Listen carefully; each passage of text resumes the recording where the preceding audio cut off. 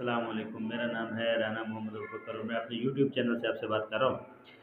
आज की ख़बर ये है कि पाकिस्तान क्रिकेटर ज़ुल्करनैन हैदर एक कीपर आए थे। वो बड़े अरसे के बाद पहले गायब हो गए थे, उन पर बहुत सारे एलिगेशन भी लगे थे, लेकिन बड़े अरसे के बाद वो फिर मंजर आम पर आए हैं और उन्होंने अपनी गुफ्तगू में बताया है कि पाकिस्तान मोस्टली इंडिया से जब भी हारा है तो इन्होंने मैच फिक्स किया है। मैं फिर बात को दोहरा रहा हूँ, जब भी पाकिस्तान मोस्टली इंडिया से हारा है इन्होंने मैच क्या किया है, फिक्स किया है। उन्होंने बड़ी बड़ी बातें और बड़े बड़े लोगों पे जिन फिक्स करने में उन्होंने जरदारी साहब का भी नाम लिया, नवाज शरीफ साहब का भी नाम लिया। साथ उन्होंने पाकिस्तानी बॉलर गुजरे हैं, बड़े टॉप क्लास बॉलर बक्कार यूनिस, उनके भी जो है ना बात की कि वो हमेशा मैच फिक्स करवाते थे और उन्होंने पूरी अपनी एक बात को बड़े अच्छे अंदाज में हमें जो है ना एक्सप्लेन करके बताया। तो अगर ये सूरत हाल है तो फिर हम क्यों पागल बने फिरते हैं पाकिस्तानी टीम के पीछे, हम क्यों गालियाँ देते हैं और बहुत सारे मामला जो हैं वो चलाते हैं कि हमारी इज़्ज़त का मामला था, इंडिया से क्यों हारे, क्या हुआ। तो लेकिन फिर भी आइए पहले देखते हैं उनकी सारी गुफ्तगू, फिर इस पर बहस करते हैं।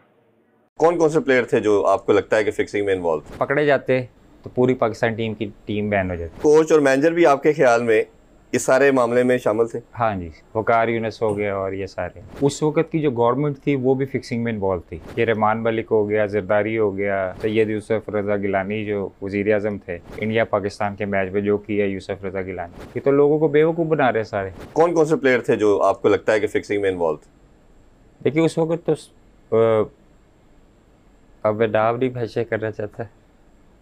अब ये सिर्फ आप इतना बता दिए कि कितने लड़के आपके ख्याल में थे जो इतना इशारा मैं आपको दे देता हूँ कि अगर पकड़े जाते तो पूरी पाकिस्तान टीम की टीम बैन हो जाती। ओ हो सिवाय एक दो लड़कों। फिर तो मेरा ख्याल है पीछे रह कोई नहीं गया, एक तो आप थे या शायद आपके अलावा एक और। हाँ, एक दो और थे, उसके अलावा पूरी टीम ही बैन हो जाती। तो आपको लगता नहीं है कि इतनी क्रूशल टाइम के ऊपर, इतने सीरियस टाइम के ऊपर जब आप छोड़ के चले गए तो आपको बोर्ड को या मैनेजमेंट को ये सब कुछ बताना चाहिए था? नहीं, मैनेजमेंट खुद मिली हुई थी। अच्छा, मैनेजमेंट खुद मिली हुई थी। ये उमर अकबर साहब तीसरे वनडे में आए, मैच फंसा हुआ था अंदर, ये आप मीडिया रिलीज निकाल लें, तो ये आया मेरे पास तो मैच फंसा हुआ है, तो मुझे आके कहता है ओए रामला की हेडा की कर रहे पानी पिलाने आया था कि बाहर था, इनको गुस्सा था कि ये हमें सब बाहर हो गए, ये खेल रहे हैं। तो रजाक मेरे सामने था, मैं कहा पानी पे आते निकल चल। अच्छा, इसी तरह ये हल्फन में कह रहा हूँ, मैं कहा पानी पे आते निकल। अब वो जब पानी पिलाया वो गुस्से में चला गया, जाके वकार यूनिस को इस शिकायत लगा दी कोच को। अच्छा, इसने अपनी बात नहीं पहली बताई जो इसने मुझे कहा, जो मैंने उस टाइम का कोच और मैनेजर भी आपके ख्याल में इस सारे मामले में शामिल थे? हाँ जी, वकार यूनिस हो गया और ये सारे, यावर सईद भी थे, यावर सईद सब चेंज हो गए थे, चेंज हो गए थे। हाँ, तो ये वकार यूनिस, साकिब जावेद थे, ये सारे आपको उसके बाद सारा चीज़ें पता चली गई होंगी। और वकार यूनिस की भी हिस्ट्री आपको पता है, वो सारे जितनी गैमलिंग होती रही है वो उसमें इन्वॉल्व रहे। तो इसीलिए मुझे किसी पर ट्रस्ट नहीं था कि मैं किसी को बता सकूं। उस वक्त की जो गवर्नमेंट थी वो भी फिक्सिंग में इन्वॉल्व थी। अच्छा, ये रहमान मलिक हो गया, जरदारी हो गया, सैयद यूसुफ रजा गिलानी जो वज़ीर आज़म थे, जो वर्ल्ड कप में आगे 2011 का वर्ल्ड कप भी आगे था जब मेरा इशू बना, उसके बाद जो ये सारा इंसिडेंट इंडिया में जाके इन्होंने इंडिया पाकिस्तान के मैच में जो किया यूसुफ रजा गिलानी, आपके बकौल ये सब शुरुआत इन्वॉल्व थे। ठीक है, तो ये सब जो था, जब मुझे पता था इन चीज़ों का कि ये सारे इन्वॉल्व है, क्योंकि इजाज़ भट्ट, पीपल्स पार्टी, बाकी सारे जितने थे वो पीपल्स पार्टी से उस वक्त जो गवर्नमेंट थी सारी, ये सारे इन्वॉल्व थे उस वक्त। अब जब सेठी को देखे ना, टोटली करप्ट आदमी था ये, जब क्रिकेट बोर्ड का ये चेयरमैन बना, उसने क्या हालत कर दी थी क्रिकेट की, और फिर कैसे उसको निकाला गया। जिधर भी वो जाता था वो अपने कमीशन के अलावा वो बात नहीं करता था, जो कॉन्ट्रैक्ट लेता था कमीशन के अलावा बात नहीं करता था वो। लाखों फैन, करोड़ों दुनिया टीवी पे मैच देख रही है और जिस तरह दुआएं कर रही होती है, इमोशन अटैच होते हैं, और अगर इस तरह की चीज़ें जिस तरह आपने बताया सब कुछ हो रही हैं, तो फिर ये तो उस खेल के साथ, उसके साथ बहुत बड़ी पूरी दुनिया में जितनी लीग्स हो रही है आपकी, जितनी आपकी इंटरनेशनल क्रिकेट हो रही है, ये तो लोगों को बेवकूफ़ बना रहे हैं सारे।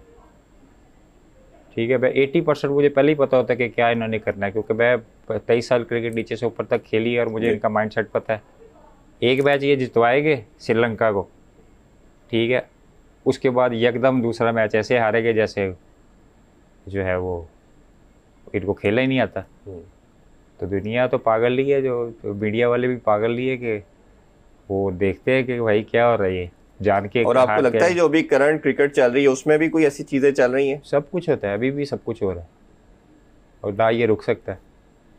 इसलिए नहीं रुक सकता क्योंकि जितने चलाने वाले लोग हैं, चाहे वो पाकिस्तान की क्रिकेट हो चाहे जो भी हो, तो सब माफिया के हाथ में है। पूरी दुनिया की क्रिकेट माफिया के हाथ में। आपके दुबई में जितने लोग बैठे हैं जो क्रिकेट दुबई में टूर्नामेंट्स कराते हैं, सबको मैं जानता हूँ पर्सनली।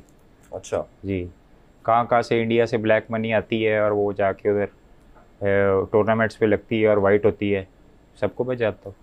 जितने ये आपके T10 में जितने ऑनर्स हैं सबको मैं पर्सनली जानता हूँ कि कहाँ से पैसा आता है, कहाँ से वाइट मनी इसको किया जाता है। आपको भी पता होगा, आप भी माशाल्लाह क्रिकेट को फॉलो ये तो हम तो बातों की हद तक समझते हैं, but you are in the cricket, तो आप जी मेरे तो सामने आ जाए, मैं तो खुला चैलेंज करता हूँ। फिर उसमें क्वेश्चन ये राइज होता है कि फिर उस गेम को खेलने का या देखने का क्या फायदा, अगर आपकी सारी बातों को हम माने। देखे पहले होता था कि लोग बड़ी डिटर्मिनेशन से क्रिकेट को देखा करते थे, अब 50% कम हो गया जी।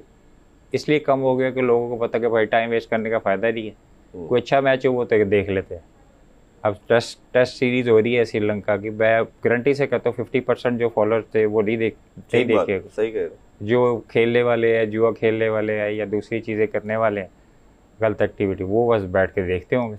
बाकी तो मेरे जैसा बंदा, मैं क्रिकेट खेलता हूँ, मैं भी टाइम वेस्ट ही करता कि भाई मैं इससे अच्छा दूसरा कोई काम कर लूँ अपना, तो ये इनको देखने का क्या फ़ायदा। जी, तो आपने पाकिस्तानी क्रिकेटर जुल्करनैन का पूरा इंटरव्यू सुना, आपको अच्छी तरह बात समझ आई होगी। मुझे तो बात समझाने की अब ज़रूरत ही नहीं रही। तो ये सारी सूरत हाल है मेरे जो भाइयों दोस्तों।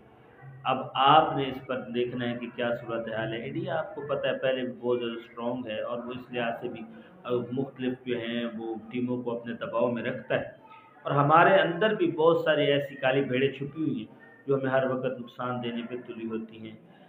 बहरहाल जी, अल्लाह सब कामी और नासिर हो।